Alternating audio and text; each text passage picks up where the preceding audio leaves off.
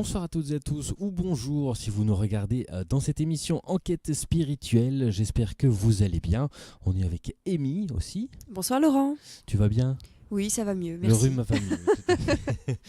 Ce soir, une nouvelle émission et on reçoit Gaël Renard qui va nous parler des fleurs de bac et du bush australien. Bon, vous pouvez nous suivre, on vous le rappelle, en podcast si vous nous écoutez en audio. Vous avez le podcast sur iTunes, vous avez le podcast aussi vidéo, vous pouvez nous revoir, donc également sur iTunes. Là, vous nous regardez en live sur Facebook et en live sur YouTube. Et vous pouvez revoir cette vidéo, bien évidemment, autant de fois que vous voulez. Nous vous en remercions. Vous avez le site qui est affiché à l'écran. Donc www.enquête-spirituelle.com et vous avez aussi notre magazine, il y a plein de choses, on en parlera peut-être tout à l'heure en fin d'émission. Ce soir on va parler donc des fleurs de bac et du bush australien qui sont deux choses un peu similaires mais un peu différentes, mais Gaëlle nous en parlera tout à l'heure. Comment allez-vous Gaëlle ? Très bien, je vous remercie. Bonsoir Laurent, bonsoir Amy. Bonsoir Gaëlle. Et bonsoir aux auditeurs. Mais écoutez, oui, merci de votre invitation. Ça me fait très plaisir d'être là avec vous ce soir. Ça nous fait plaisir que vous êtes venus aussi. Merci. Et on va parler un peu de vous, Oui. avant de parler des fleurs de bac et du bush australien. Justement, est-ce que vous avez commencé par l'une et ensuite par l'autre ? Alors, déjà, je suis thérapeute depuis quelques années. D'accord. Donc, dans le cadre de mes thérapies, j'ai plusieurs supports thérapeutiques. Donc, effectivement, les fleurs de bac, les fleurs du bush australien, également l'aromathérapie tempéramentale, d'accord. Donc ce sont les huiles essentielles. D'accord. La phytembryothérapie, qui est une branche de la phytothérapie, que l'on appelle plus communément la gémothérapie, mais c'est plutôt un terme qui est pour moi lié à l'industrie pharmaceutique, donc il me plaît un petit peu moins. D'accord. Voilà, la phytembryothérapie, c'est vraiment... on utilise les bourgeons, les jeunes pousses, les radicelles des végétaux, donc de tous les arbres, les arbustes et les arbrisseaux. Voilà. Donc c'est une thérapie à part entière. Donc là, ça n'est pas du tout comme les fleurs de bac ou les fleurs du bush australien, parce qu'il y a vraiment des principes actifs dans les bourgeons qui vont agir sur le corps physique. Donc il y a notamment des vitamines, des oligoéléments, des minéraux, des acides aminés qu'on n'a pas dans les fleurs de bac. Les fleurs de bac et les fleurs du bush australien, c'est beaucoup plus subtil. D'accord. Donc voilà pour mes différents supports thérapeutiques. Pour répondre à votre question, eh bien effectivement, je me suis d'abord formée avec les fleurs de bac, d'accord, et ensuite avec les fleurs du bush australien. Mais quand je me suis installée, j'ai quasiment tout de suite proposé à mes patients l'une ou l'autre des thérapies. Voilà. D'accord. Elles sont par principe, elles sont quand même quasi identiques, d'accord, mais elles sont complémentaires quand même, parce que les fleurs du bush australien, je dirais qu'elles sont peut-être un petit peu plus adaptées à notre mode de vie actuel. Parce qu'aujourd'hui, on rencontre par exemple des soucis liés aux ondes électromagnétiques, d'accord ? Ou même par exemple des personnes qui doivent se soigner malheureusement dans le cas d'un cancer avec de la radiothérapie, eh bien effectivement on réagit, il y a des brûlures où on peut être sensible aussi à tout ce qui est électromagnétique. Donc on a des fleurs dans les fleurs du bush australien qui peuvent nous protéger de tout ça, qu'on ne trouve pas dans les fleurs de bac. D'accord. Parce que le docteur Bach est né en 1886 et mort en 1936.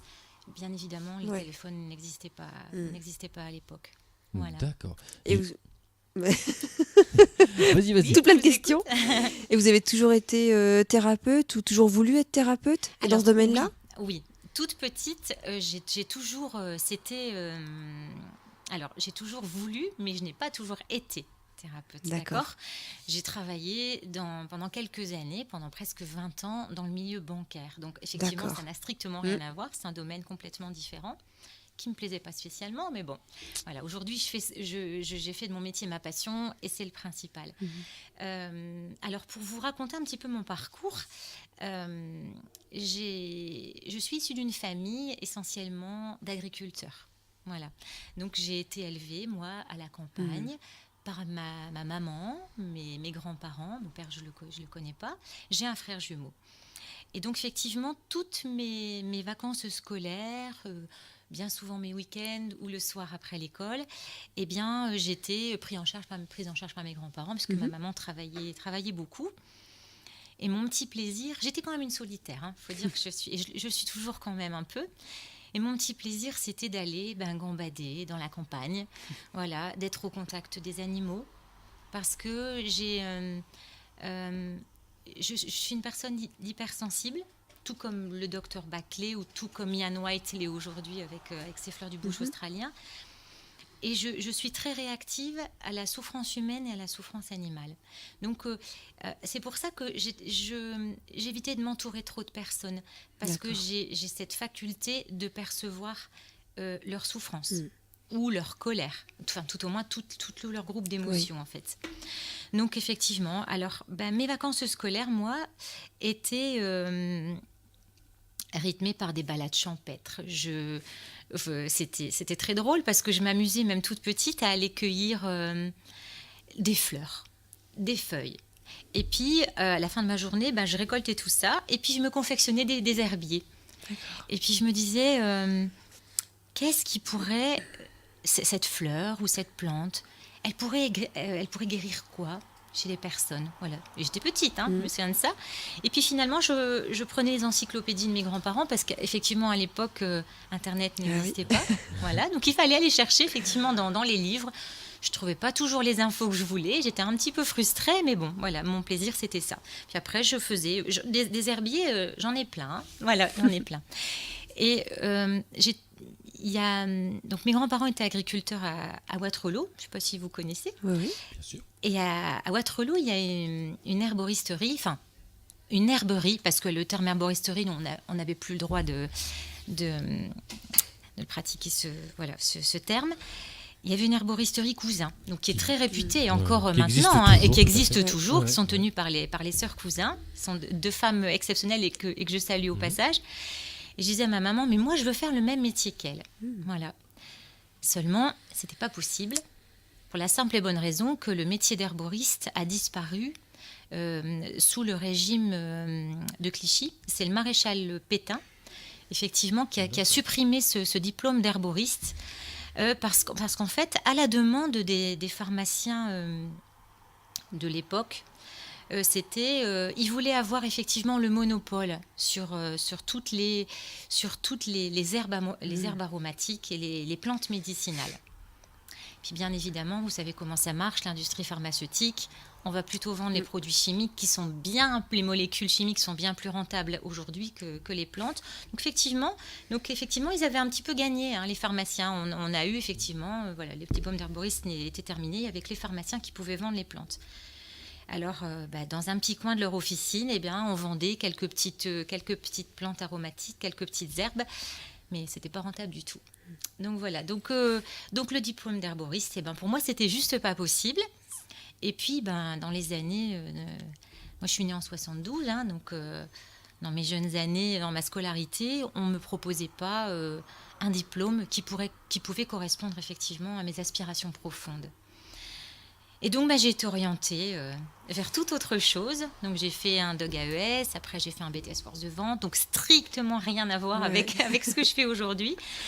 Et puis, tout ça, ça m'a amené effectivement à avoir un poste au sein d'une banque. Voilà.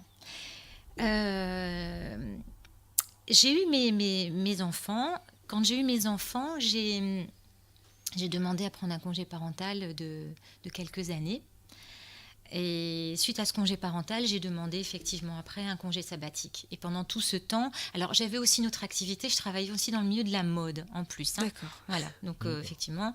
Et donc suite à ce congé sabbatique, j'ai renégocié mon contrat dans cette banque où j'ai demandé à travailler à 30%. Donc je ne travaillais plus, pendant une dizaine d'années, je n'ai travaillé que le vendredi et le samedi. D'accord. Voilà. Ce qui m'a permis de continuer le métier que j'avais aussi dans le milieu de la mode, mais aussi de me former. D'accord ? Donc, je me suis formée. J'ai commencé d'abord par les fleurs de Bach, ensuite les fleurs du bush australien. Mais c'est aussi une formation qui est c'est un peu autodidacte aussi, parce que ce n'est pas les formations qui durent 2 jours ou 4 jours pour certaines, qui font que vous allez avoir toutes les connaissances requises pour pouvoir effectivement après en faire votre métier. Ouais. C'est un travail quand même qui est personnel. Donc effectivement, j'ai acheté des bouquins, je me suis connectée à Internet, j'ai énormément travaillé personnellement, surtout pour les élixirs floraux. Parce que les fleurs de Bach, il y en a 38, d'accord ? Donc il faut les connaître, il faut connaître toute leur subtilité, d'accord ? Quant aux fleurs du bush australien, c'est pire, il y en a 69. Voilà. Donc, et puis avec des noms bien plus compliqués que celles du Dr Bach. Donc ça aussi, ça m'a demandé un travail personnel considérable. Mais enfin, aujourd'hui, voilà, j'adore ce que je fais. Ensuite, je suis passée à l'aromathérapie, par contre, qui est un cursus beaucoup plus long, beaucoup plus approfondi. Là, on doit connaître toutes les molécules aromatiques. Il y a des effets secondaires à l'aromathérapie. D'ailleurs, une petite parenthèse, parce que je tiens vraiment à préciser, parce que c'est important pour nos auditeurs aujourd'hui. L'aromathérapie, les huiles essentielles, ne sont en aucun cas une médecine douce. Donc, soyez vraiment très, très vigilants. Parce que pour certaines familles aromatiques, je vais prendre l'exemple des phénols. Tout à l'heure, en aparté, on parlait de l'origan compact, qui est effectivement une huile essentielle qui est très puissante, qui fait partie des phénols. Quand certaines huiles essentielles sont mal utilisées ou quand on ne respecte pas les dosages, eh bien, il faut savoir qu'elles peuvent être soit hépatotoxiques, ce qui est le cas des phénols. Vous pouvez vraiment très abîmer, voire détruire un foie définitivement. Certaines molécules comme les cétones peuvent être neurotoxiques. Donc au niveau des cellules, il y a des huiles essentielles qui sont dermocaustiques, photosensibilisantes. Voilà. Donc si vous souhaitez utiliser une huile essentielle, alors c'est vrai que ça marche très bien. On a d'excellents résultats. D'ailleurs, pour certaines huiles essentielles, c'est la seule alternative que nous ayons par rapport aux antibiotiques. Malheureusement, aujourd'hui, il y a beaucoup d'antibiorésistance parce qu'il y a eu beaucoup d'abus ou ça a été mal utilisé. Voilà. Donc surtout à tous les auditeurs, soyez vigilants, faites très attention. Avant d'utiliser une huile essentielle, demandez systématiquement conseil à un aromathérapeute ou à votre pharmacien. Voilà. En sachant quand même que tous les pharmaciens ne sont pas formés à l'aromathérapie parce que dans leur cursus universitaire, il n'y a que quelques heures qui sont dispensées sur les huiles essentielles et c'est pas toujours suffisant. Voilà. Mais il y a des pharmaciens qui sont formés et qui sont très très compétents. Donc voilà, n'hésitez pas à demander conseil. Même pour une simple huile essentielle, les effets sont très bénéfiques, mais ça peut être aussi très dévastateur pour le corps humain. D'accord. Surtout que c'est vendu en vente libre. Exactement. Ouais. Et ça, pour certaines, ça ne devrait pas. Je vais vous donner un exemple pour être très vigilant. L'huile essentielle de menthe poivrée. Alors celle-là, elle est juste extraordinaire. Vous pouvez juste la respirer. Même en respirant, on a des cellules olfactifs au niveau du nez, même en la respirant, ça passe dans le sang. Vous mettez une goutte d'huile essentielle sur votre peau, systématiquement, ça passe dans le sang. D'accord ? Donc c'est très puissant. Une huile essentielle de menthe poivrée, vous prenez une goutte sur du miel, toujours utiliser un support quand vous l'avalez, quand vous prenez par voie orale. Donc une goutte, c'est pas 2 ni 3. Il faut vraiment faire très attention. Vous allez avoir un effet, si vous avez beaucoup de mal à digérer, s'il y a des nausées, ou si vous sentez vraiment pas bien, des vertiges, hop, vous allez voir, ça va vraiment vous ressaisir et vous allez avoir une digestion qui va se faire très rapidement. Donc ça, c'est très bien, sauf qu'on ne donne jamais cette huile essentielle-là pour les nausées d'une femme enceinte. Parce que cette huile essentielle est abortive. Donc une femme enceinte pourrait perdre son bébé. Donc c'est très dangereux. D'accord. Voilà. Vous voyez, c'est juste un exemple. On dit, ça n'est que de la menthe. Mais non, ça n'est pas que de la menthe. Voilà, d'accord ? C'est très très puissant. Voilà, exactement. Effectivement. Avant de passer justement au vif du sujet de ce soir, les fleurs de Bach et du bush australien, on va marquer une première pause et on se retrouve dans quelques instants. À tout de suite. À tout de suite.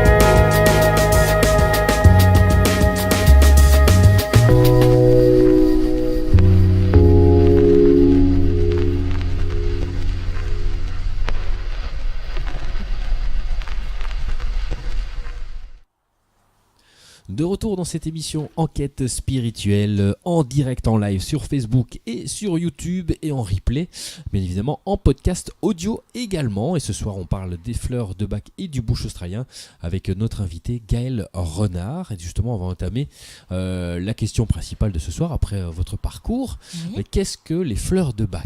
Alors, On connaît tous de nom, mais qu'est-ce que c'est ? bon, qu'est-ce que les fleurs de Bach ? Pourquoi de Bach déjà ? Parce qu'elles ont été découvertes par un ancien médecin, chercheur, chirurgien, bactériologiste, homéopathe anglais, donc il s'appelait le docteur Edward Bach, pardon.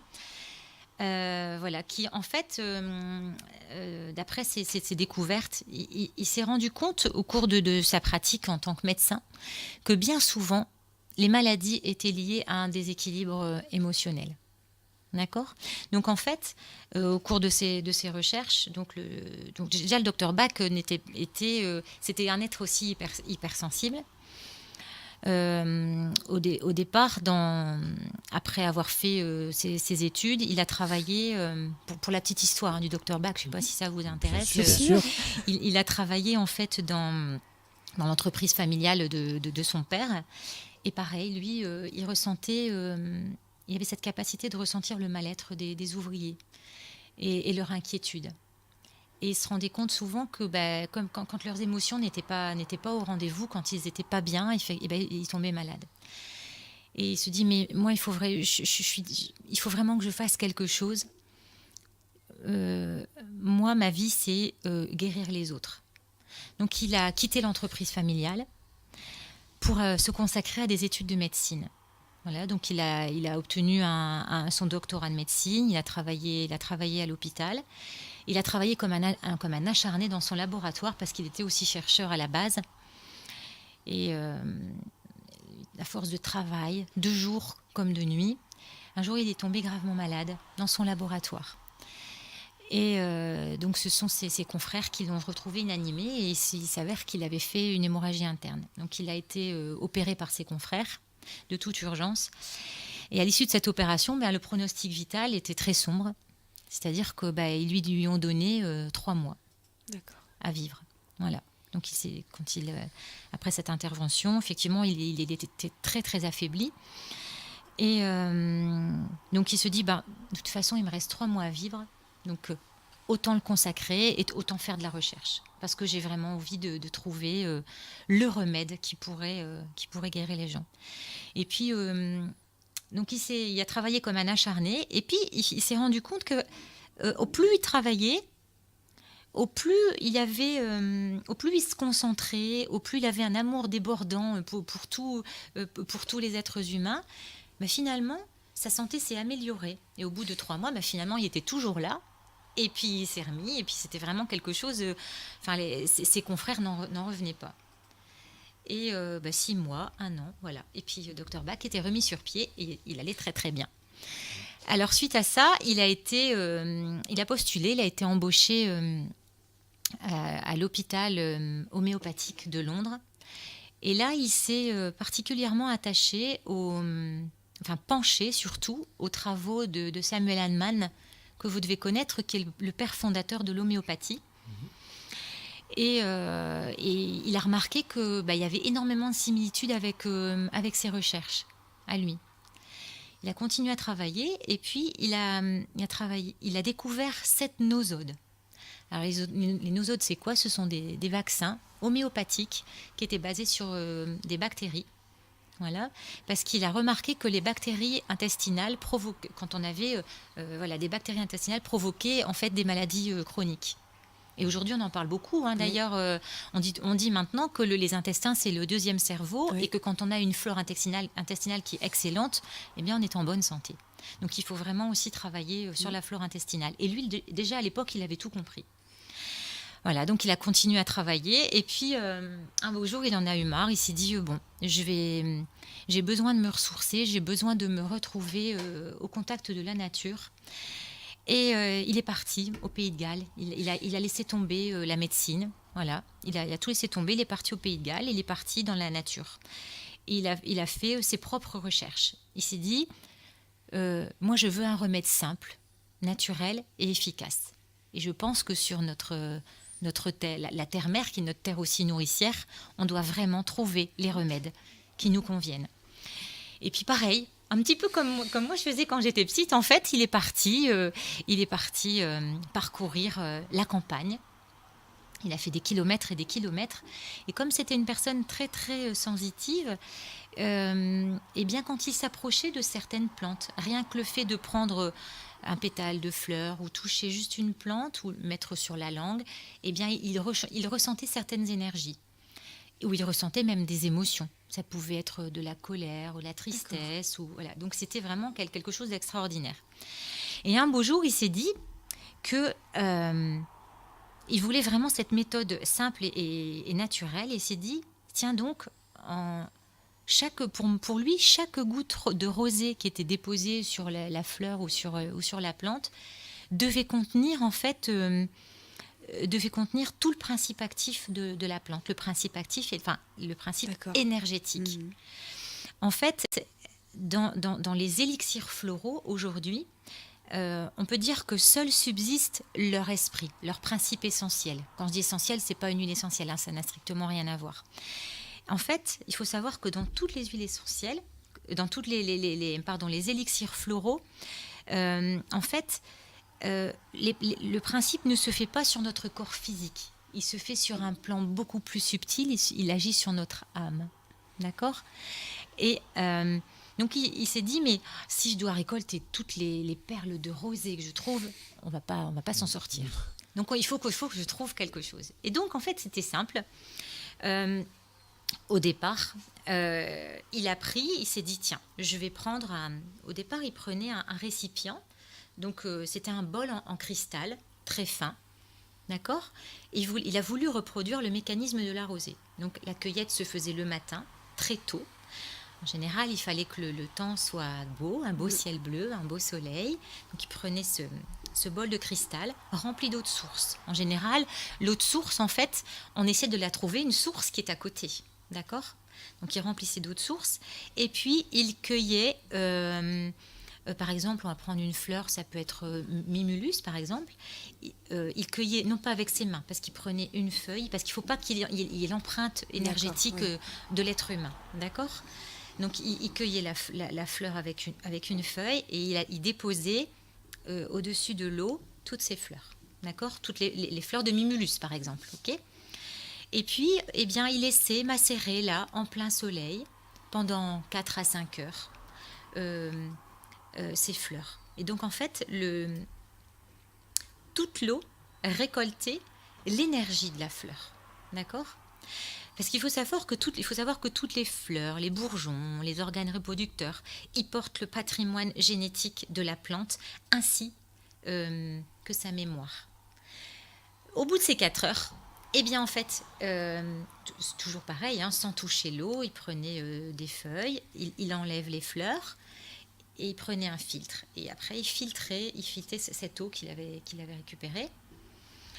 Et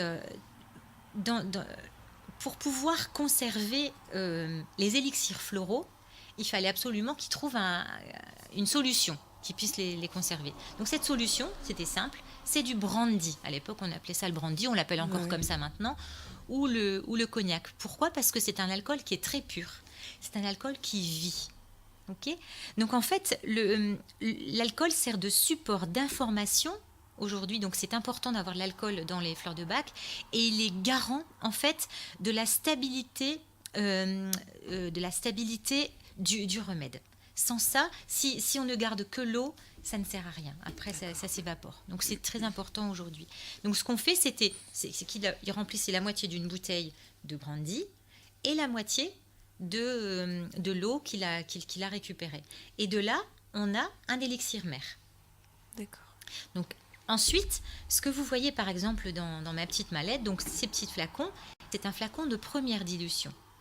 D'accord ?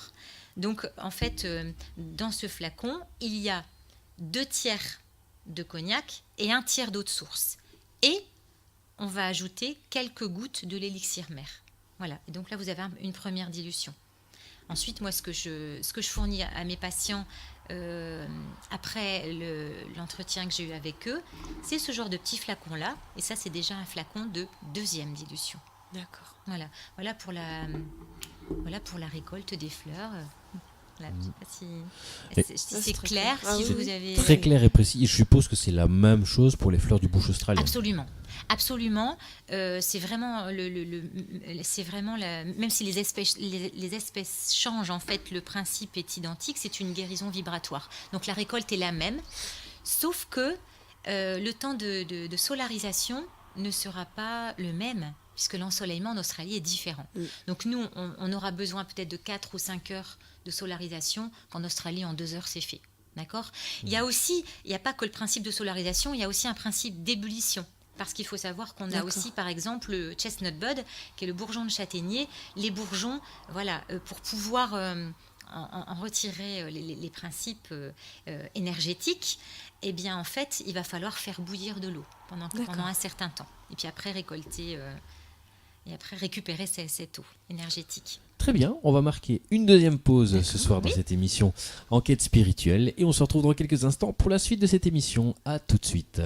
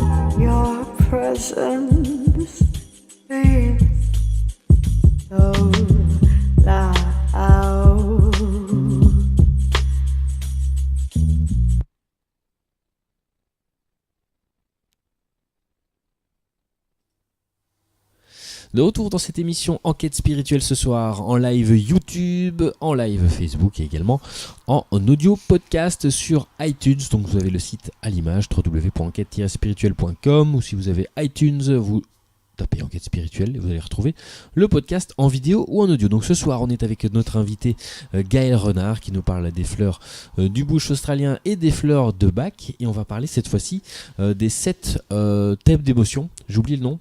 Oui. Les 7 domaines d'émotion. Voilà. En fait, le docteur Bach a séparé les élixirs floraux en 7 groupes d'émotions. D'accord.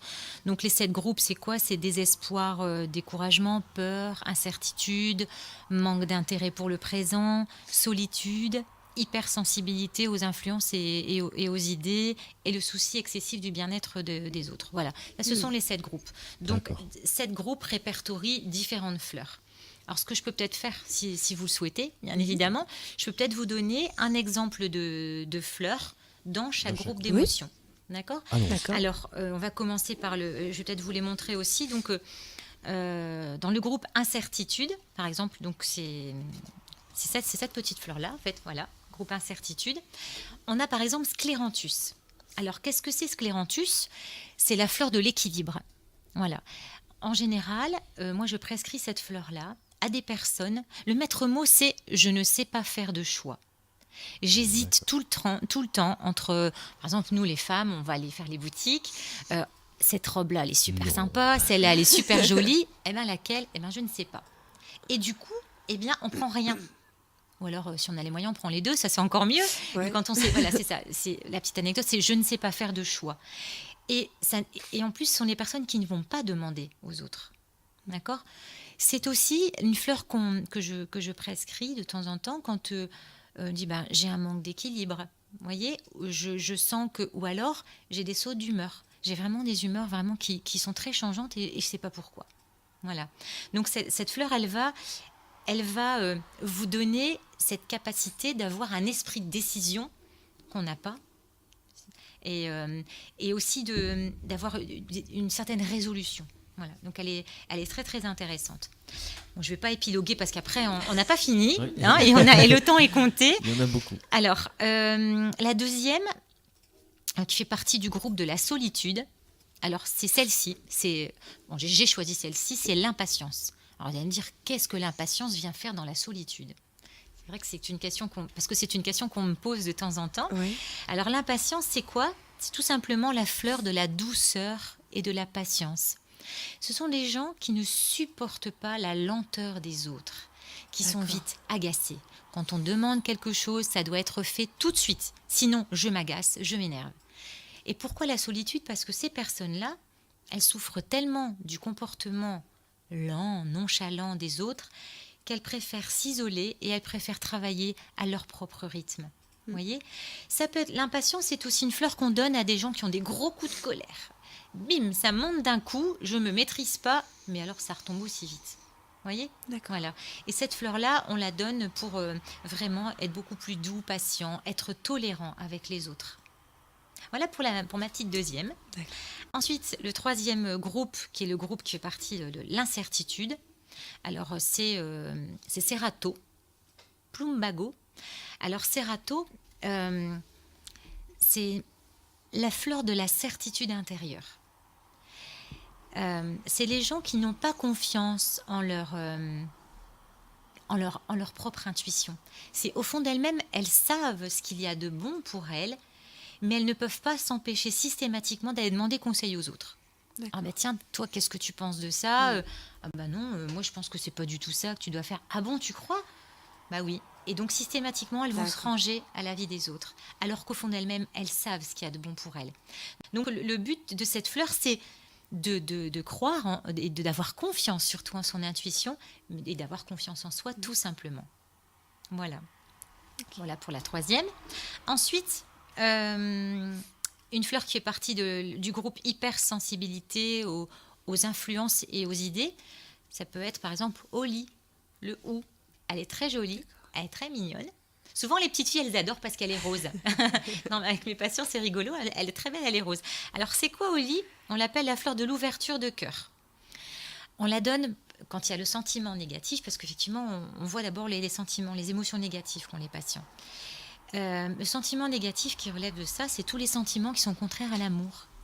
Donc, ça peut être la haine, la jalousie, la suspicion, la rancœur, voilà, c'est l'amertume. Ce sont des gens souvent qui ont été blessés dans leur enfance, dans leur adolescence et qui aujourd'hui ne se sentent pas bien. Alors cette fleur, elle va servir à quoi ?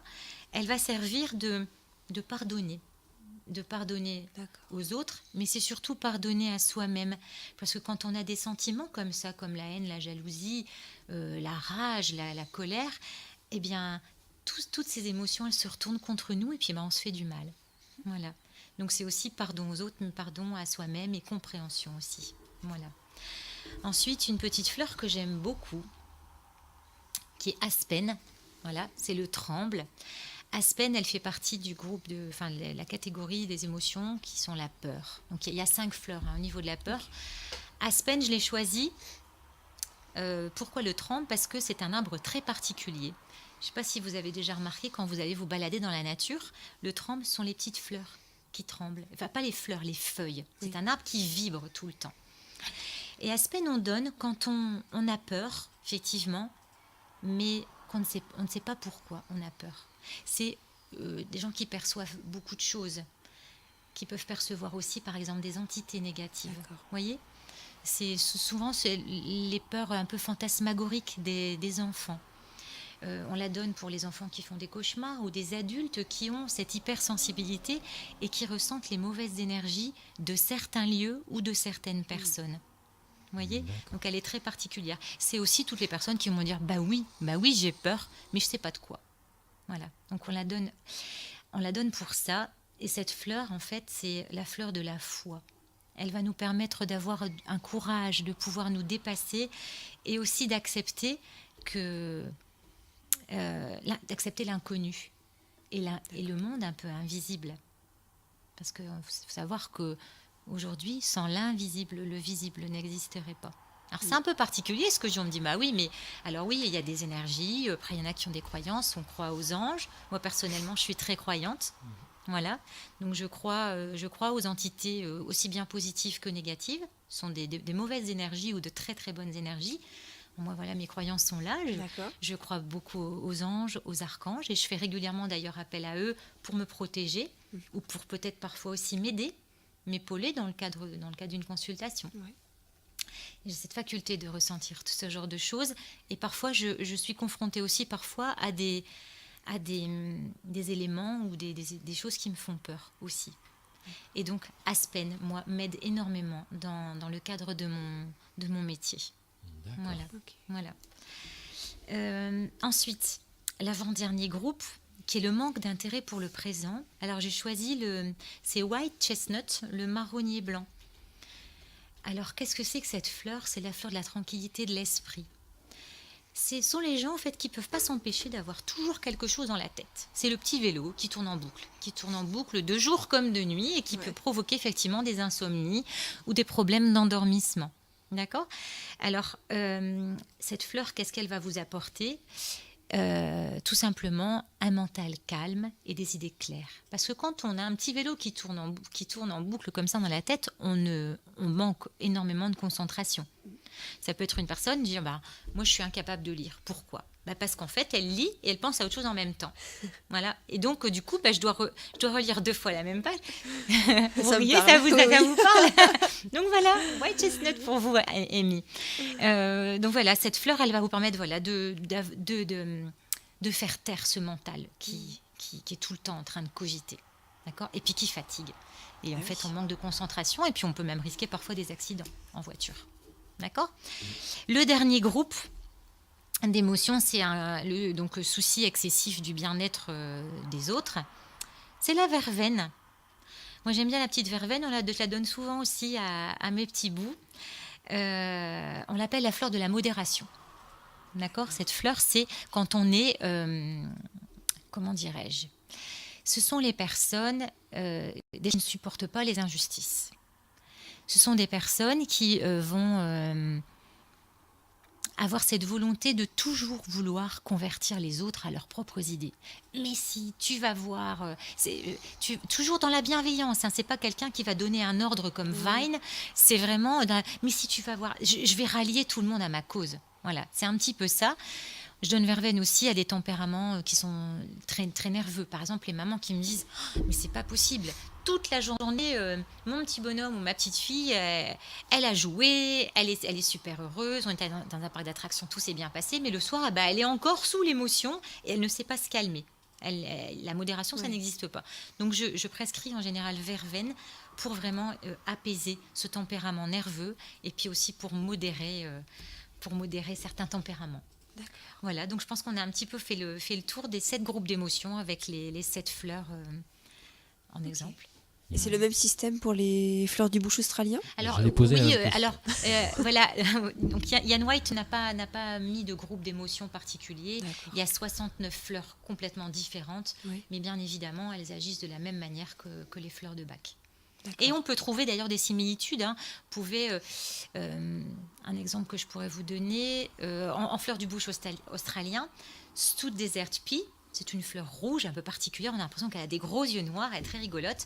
Eh bien, cette fleur, elle pourrait s'apparenter à l'étoile de Bethléem, Star of Bethlehem. C'est aussi une fleur qui est très très importante dans la thérapie du Dr Bach, qui est une fleur de réconfort qui va libérer le corps et le cœur de tous les chocs, de toutes les tensions, de tous les chagrins qu'on a pu avoir, qu'ils soient récents ou anciens. Voilà. D'accord. Mais voilà, donc effectivement, les fleurs du bush australien fonctionnent à peu près de la même manière. Et justement, donc ça a été inventé par Ian Ian White, qui est toujours vivant. Absolument, tout à fait. C'est un naturopathe. Alors Ian White, lui, pour la petite histoire, il a, au cours de ses... Enfin, quand il était plus jeune, il a testé, il a travaillé beaucoup avec les fleurs de Bach, et il s'est dit, mais moi, en Australie... il y en a plein d'autres. Il y a plein d'autres fleurs, il y a plein d'espèces vraiment différentes et très, très particulières. Et les premiers à se soigner avec les élixirs floraux sont les aborigènes. Oui. Donc lui, il a fait ses recherches auprès des aborigènes en Australie, donc dans le bush australien.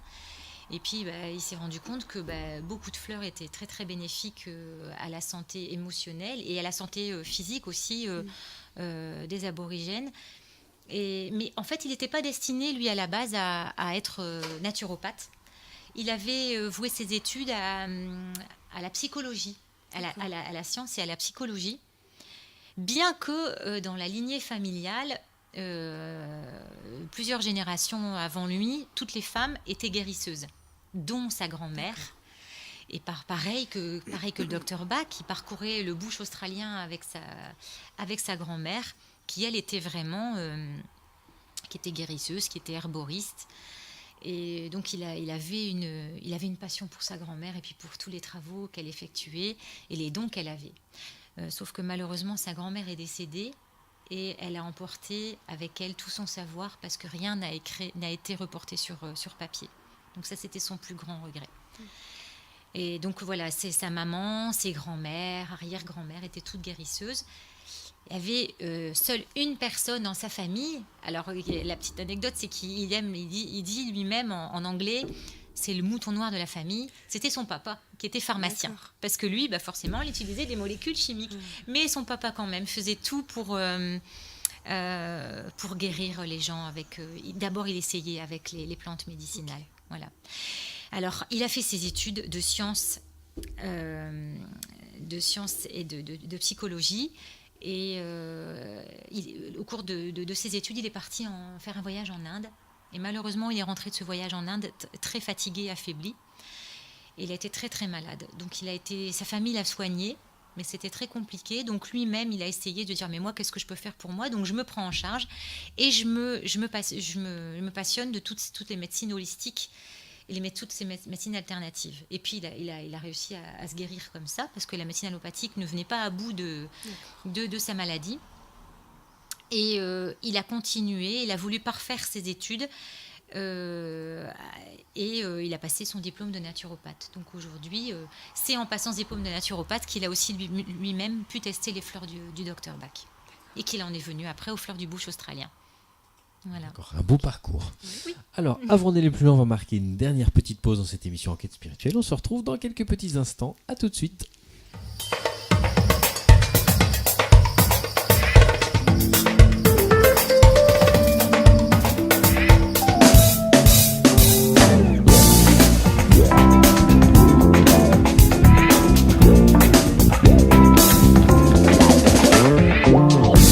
Que Deus me deu não foi em vão. Todas as pessoas fazem parte do meu coração. Se a prosa não te deu motivos pra viver, deixa o resto com o incerto. Se seu rumo não te deixa sonhar, tente dar um pulo em águas novas. Não tem que ter vergonha se você não se encaixa. Você é fruto desse mundo e não tem casa. Se quiser mudar, viajar e não voltar. Eu digo que não tem problema se você se sente bem nesse novo lugar. Então viva, viva, viva, como queira, como queira, como queira. Viva a sua vida, viva, como queira, como queira, como queira. A amizade que Deus me deu não foi em vão. Todas as pessoas fazem parte do meu coração. Se a prosa não te deu motivos pra viver, deixa o resto com o incerto. Se seu rumo não te deixa sonhar, tente dar um pulo em águas novas. Não tem que ter vergonha se você não se encaixa. Você é fruto desse mundo e não tem casa. Se quiser mudar, viajar e não voltar. Eu digo que não tem problema se você se sente bem nesse novo lugar. Então viva, viva, viva, como queira, como queira, como queira. Viva a sua vida, viva, como queira, como queira. Não há regra, sentimento nem inspiração. Se você se vê preso e não consegue liberar o seu desejo. Na levada samba rock, tranquilidade. Rap é a pegada pra falar de amizade. Liberdade para ter felicidade. Viva como queira com responsabilidade. Nessa vida temos uma missão. Nada do que acontece é em vão. Então agradeça a Deus por seus amigos que estão contigo caso corra perigo. Se importando com o que tenha feito. Amigo é coisa para se guardar do lado esquerdo do peito. Por isso tem que voar, correr atrás. Tem que encontrar aquilo que traz paz. Sempre esperto para não dar bobeira e se cair.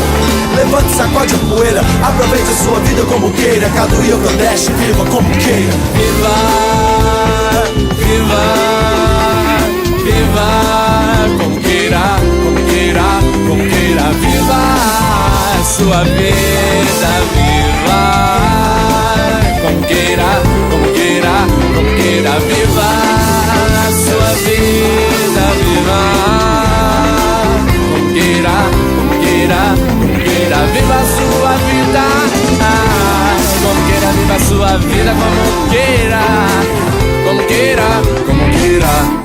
Vivo. De retour dans cette émission Enquête spirituelle ce soir en live sur YouTube et Facebook avec notre invité Gaël Renard. Et on va parler plutôt de cas concrets, Amy.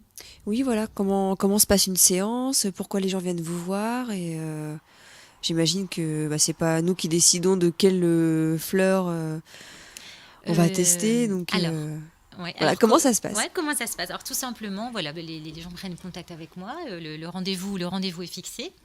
Je leur dis systématiquement de prévoir 2 heures. D'accord. Parce que je garde les personnes en général 2 heures dans mon cabinet, surtout pour la première séance. Oui. Après, en général, c'est 1h30 à 1 heure, mais jamais moins. Jamais moins qu'1 heure en tout cas. Et la première, toujours 2 heures systématiquement.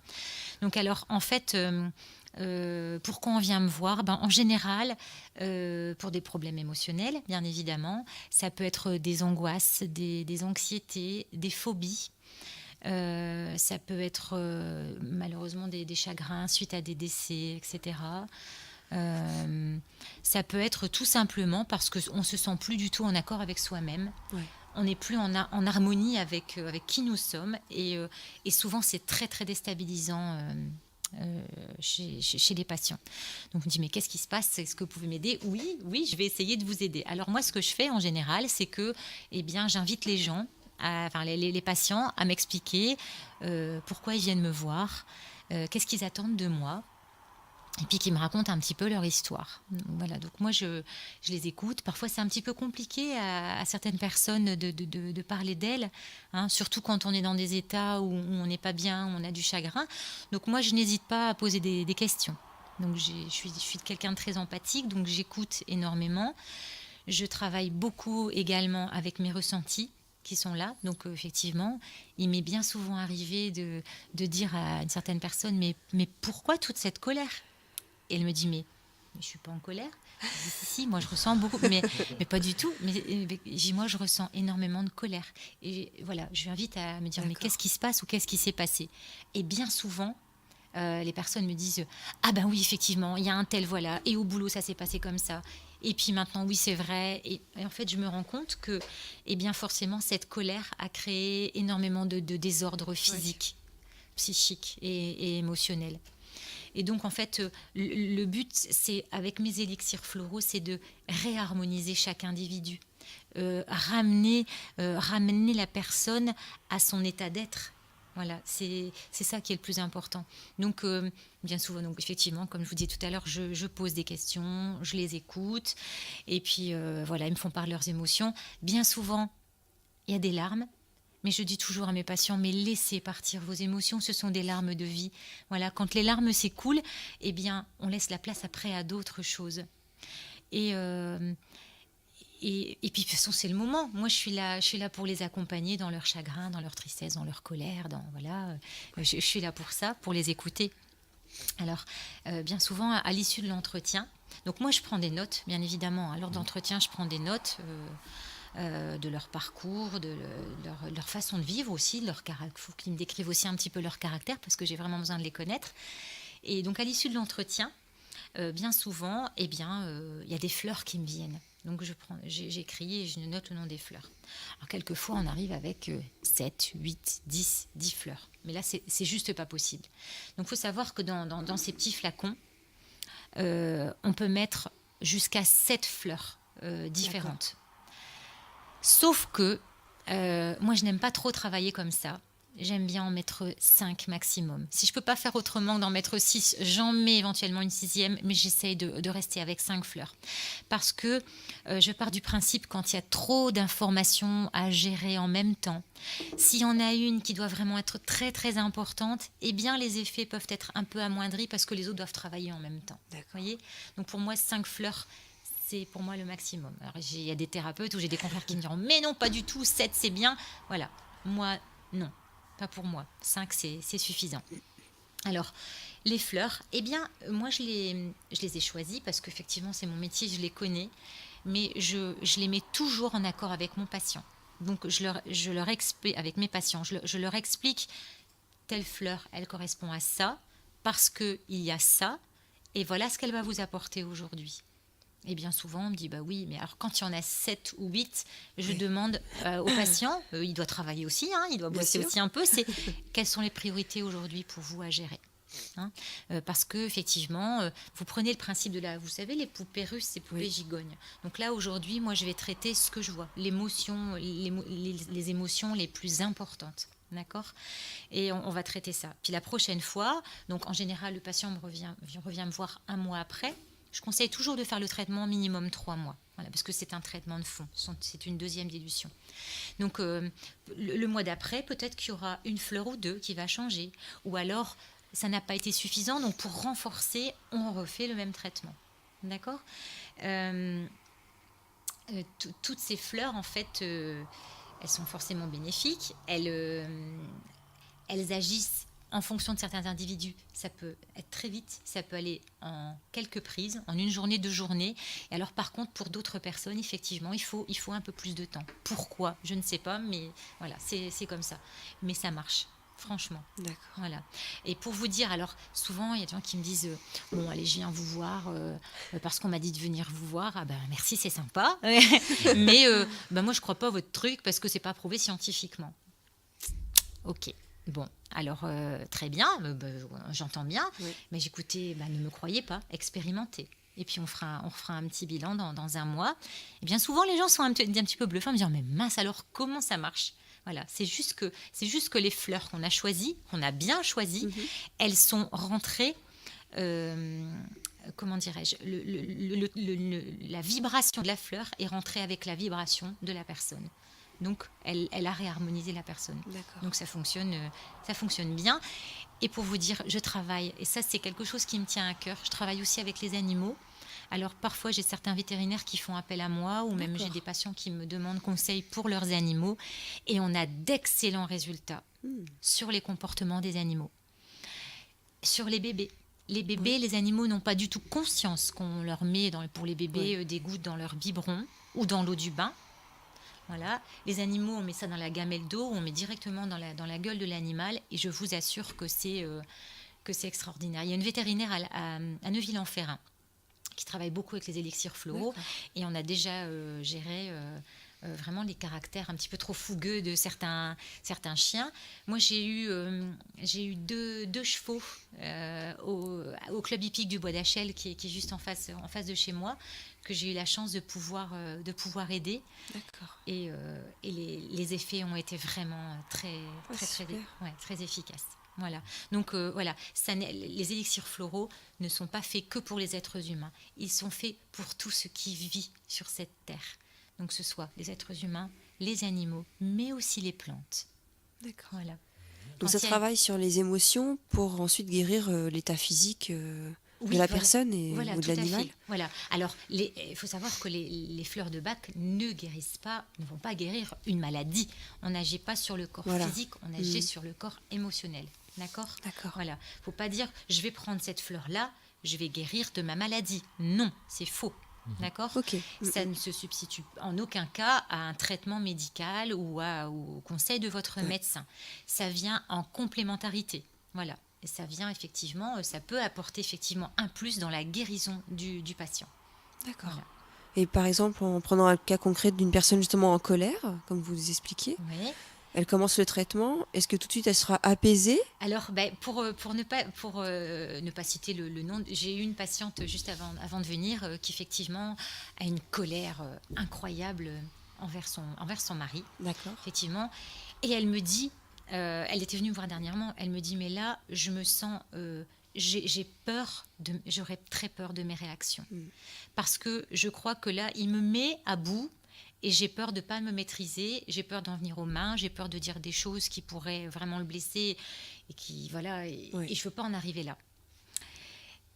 Alors, cette fleur, par exemple, c'est Cherry Plume. Cherry Plume,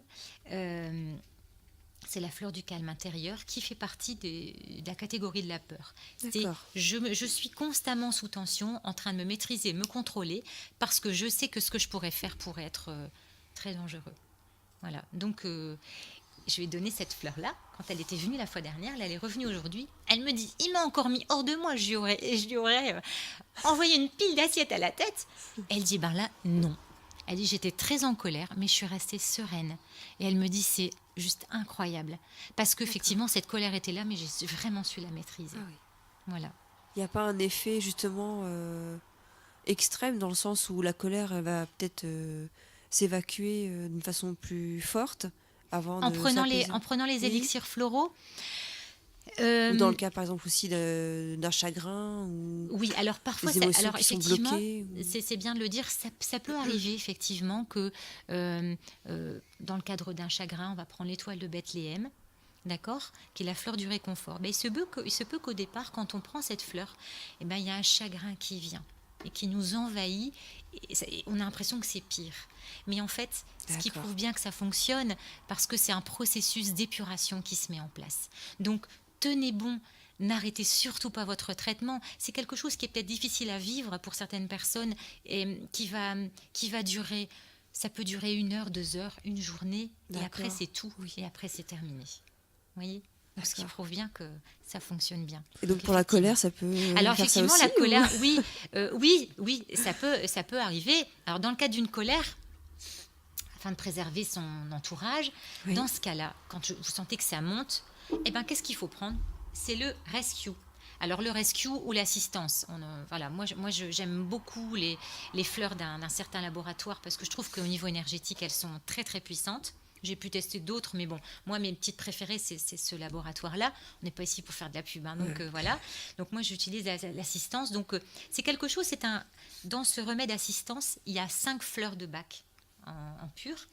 Il y a par exemple Cherry Plume pour la colère. D'accord. Il y a Clématis qui est une fleur qui va ramener. Si on a l'impression qu'on s'en va, elle va vraiment ramener, elle va vraiment nous ancrer. Il y a l'étoile de Bethléem, il y a Rock Rose, voilà, qui est aussi une fleur de peur quand on est complètement en attaque de panique, etc. Et donc voilà, donc systématiquement, quand on sent qu'il y a quelque chose qui se prépare et qui est vraiment pas bien et qu'il faut vraiment tout de suite se poser, on prend 2 sprays dans la bouche. Et puis, hop, l'effet est quasi immédiat. Si ça revient, au bout de 5-10 minutes, on n'hésite pas à reprendre 2 sprays, etc., jusqu'à ressentir un bien-être total et profond. Voilà. Ok. Et ça aussi, on en donne aux animaux, on en donne aux bébés, voilà, à tout le monde. D'accord. D'accord. Alors on a une question Oui. d'un auditeur, enfin quelqu'un qui nous regarde, Oui. qui demande comment identifier les fleurs à utiliser si nous n'avons pas la possibilité d'identifier nous-mêmes nos angoisses, ou plutôt l'origine de nos angoisses. Alors, un thérapeute, ça sert à ça. Voilà, donc moi j'invite effectivement, alors même voilà, si cette personne hésite, parce qu'effectivement sur internet où vous avez aussi des livres, vous pouvez voir effectivement, ah bah tiens, là j'ai peur de ci, donc ce sera un mimulus, là il y a ceci, voilà, on peut, mais effectivement des gens qui savent pas effectivement, qui sont pas ils sont pas forcément à l'écoute de leurs émotions, ou c'est compliqué pour elles de mettre des mots. Eh bien moi aujourd'hui c'est là où j'interviens, et c'est là où j'invite les gens à me faire part de tout ce qui va pas. Oui. Voilà, ça sert à ça. Donc si ce monsieur a besoin de mon aide, n'hésitez pas à donner mon numéro de téléphone. Bien Je peux sûr. même le renseigner juste par téléphone. Ça c'est avec grand plaisir. D'accord. Voilà, D'accord. merci. Très bien. Donc message passé à notre auditeur qui s'appelle Renaud. Voilà. Comme ça, Bonsoir, il a Renaud. la réponse à la question. Juste une petite question avant de terminer l'émission. On Oui. parle des fleurs de bac et du bouche australien. Oui. Est-ce qu'on peut combiner les deux? Non. Voilà. On choisit soit de travailler avec les fleurs de bac, soit avec les fleurs du bush australien. Alors parfois, effectivement, j'explique à mes patients un petit peu la différence. Alors, en deuxième dilution, la prise est différente. Donc les fleurs de bac, pour avoir un effet, c'est 4 gouttes, 4 fois par jour minimum. Surtout pas moins si on veut vraiment en tirer de réels bénéfices. Les prises les plus importantes sont au lever et au coucher. Donc, première chose qu'on met en bouche le matin, 4 gouttes. Et dernière chose qu'on met avant de s'endormir, 4 gouttes. Si on se réveille la nuit, bien évidemment, on peut reprendre 4 gouttes. Et après, on répartit dans la journée, toujours loin d'un café, d'un repas, voilà, à un quart d'heure, 20 minutes d'un repas. Voilà. Alors, donc, effectivement, pour certaines personnes, et notamment pour ces messieurs, prendre 4 gouttes et prendre 5 balais avec son petit flacon toute la journée, c'est un petit peu problématique. Donc souvent, ils me disent, non, moi je veux vraiment la simplicité. Alors la simplicité, c'est effectivement aussi les fleurs du bush australien, parce que donc ça c'est, le flacon et la couleur est différente, effectivement, j'adapte. Les fleurs du bush australien, c'est plus simple, c'est 7 gouttes au lever, 7 gouttes au coucher, et c'est tout. Alors par contre, je pense qu'il ne faut pas, parce que j'en ai fait l'expérience, il ne faut pas forcément choisir la simplicité. Parce qu'il y a des gens qui me disent « Oh non, alors moi c'est plus simple, donc je choisis les fleurs du bush australien. » Sauf qu'il y a des personnes qui ne rentrent pas forcément en résonance avec ces fleurs. Tout comme d'autres personnes ne vont pas forcément rentrer en résonance avec les fleurs de bac. Il y a des gens qui réagissent très bien aux fleurs de bac et d'autres très bien aux fleurs de bush. Mais ça, je ne peux pas... je ne peux pas le savoir à l'avance, d'accord? Donc ce sera aux personnes à tester. Après, des personnes qui disent « Ah non, moi c'est bac, je sais c'est bac. » Eh bien, allons-y. Voilà. D'accord, très bien. Justement, comment on fait pour vous contacter, les gens qui veulent vous contacter? Donc vous êtes dans le Nord, parce qu'on nous écoute partout dans le monde, partout en France. Vous êtes dans le nord de la France, à côté de Lille. Absolument. Mon cabinet est à Ronques, mais c'est vraiment à la limite de Bondu. Voilà. Donc, comment me contacter? Eh bien, par téléphone. Voilà. Ou tout simplement, j'ai une page Facebook que vous pouvez taper dans le moteur de recherche Gaëlle Renard-Sbierski, fleurs de bac, fleurs du bush australien. Vous allez me trouver tout de suite. Vous likez ma page. Et puis, je mets des petites infos régulièrement. Et puis, voilà. Et il y a également mes coordonnées téléphoniques sur la page Facebook. D'accord. On mettra le lien aussi sur notre page Facebook, comme ça. Merci. Les gens n'auront plus qu'à cliquer. Merci. Ce sera plus simple. Alors, Amy Gaëlle a écrit dans notre magazine 2 fois. Les auditeurs aiment bien lire également, donc comme on édite une revue, Gaëlle avait écrit donc sur les fleurs de bac, c'est pas celui-ci, dans le numéro 21. Voilà, je vous montre la couverture, l'article. Donc les magazines sont toujours disponibles sur notre boutique en ligne. Et il y avait également donc sur les fleurs du bush australien dans le numéro 22. Voilà. Est-ce que Gaëlle, vous avez un dernier message à faire passer à nos auditeurs? Une conclusion. Alors, Une petite conclusion, oui, ouais. puis, alors peut-être juste peut-être le petit mot de la fin, c'est pour moi en fait tout le travail du thérapeute consiste à conduire l'homme a une nouvelle naissance. J'aime beaucoup cette phrase. Elle n'est pas de moi, elle est de Paracels. Voilà, c'est une phrase que j'applique tous les jours. Donc voilà, c'est effectivement amener les gens à s'ouvrir et à renaître quand on est plus soi-même. Et juste une dernière pour conclure, et après voilà, c'est dans la vie de tous les jours, c'est qu'importe qu'il y ait de l'ombre, il suffit d'apporter de la lumière. Alors c'est un message d'espoir que je veux apporter, c'est de dire à toute personne que même si vous vivez des moments difficiles, il y a des coups durs, il y a des maladies, il y a des décès, il y a des moments où vous n'êtes vraiment pas bien, eh bien, ayez toujours en tête qu'il faut garder cette petite lumière qui est en vous, et cette petite lumière sera toujours plus forte que la part d'ombre qui est en vous, en fait. Donc voilà, donc gardez espoir, et puis la lumière, vous pouvez la trouver auprès de personnes joyeuses, auprès d'êtres aimants. Cette lumière, vous pouvez la trouver à travers les élixirs floraux, à travers plein de petites choses. Donc toujours garder l'espoir, quoi qu'il en soit. Merci beaucoup. Avec plaisir. Merci de votre venue. Émile, la prochaine, du coup, c'est la prochaine conférence. Oui, ce sera le 27 novembre. Sur la TCI. La TCI avec Michel Norenz et Laurence Carpentier pour la partie médiumnique. Voilà, que vous découvrirez donc Oui. le 27 novembre à la salle Magritte à Frasnes. Vous connaissez maintenant, c'est pas loin de Lille, donc pour tous les Français qui nous écoutent, c'est à une demi-heure de Lille. Voilà. Comme ça, D'ailleurs, c'est facile. Gaël viendra nous faire une conférence l'année prochaine. Oui, au mois d'avril. En avril, il me semble, c'est ça. hein. Au mois Voilà. d'avril, tout à fait. Voilà. Vous C'est pouvez- avec plaisir que je vous accueillerai. Et puis merci encore pour votre invitation. C'est très très gentil. Merci à vous d'être venus. Avec plaisir et bonne soirée à tous. Merci. Merci beaucoup, à très bientôt. À bientôt. Au revoir.